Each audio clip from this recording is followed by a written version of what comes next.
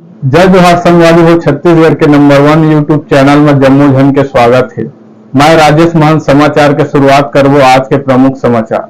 शक्ति कलेक्टर जन दर्शन में सुनिन है आम जन के सब्बो समस्या। कुल 6 आवेदन प्राप्त हुई।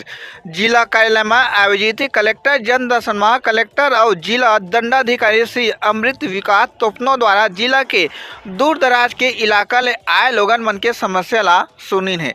ए बेरा जिला पंचायत मुख्य कार्यपालन अधिकारी श्री वासु जैन, अपर कलेक्टर श्री वीरेंद्र लकड़ा और संबंधित विभाग के जम्मो अधिकारी मन मौजूद रहीन है।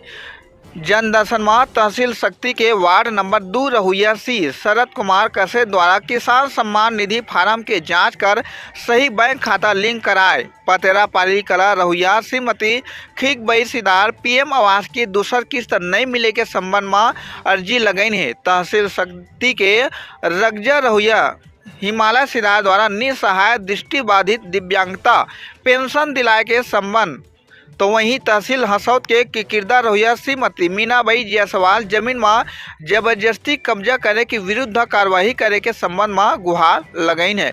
कलेक्ट्रेट कार्यालय में अब जम्मू सप्ताह के मंगलवार के दिन जिला स्तरीय जन दर्शन के आयोजन करे जाते।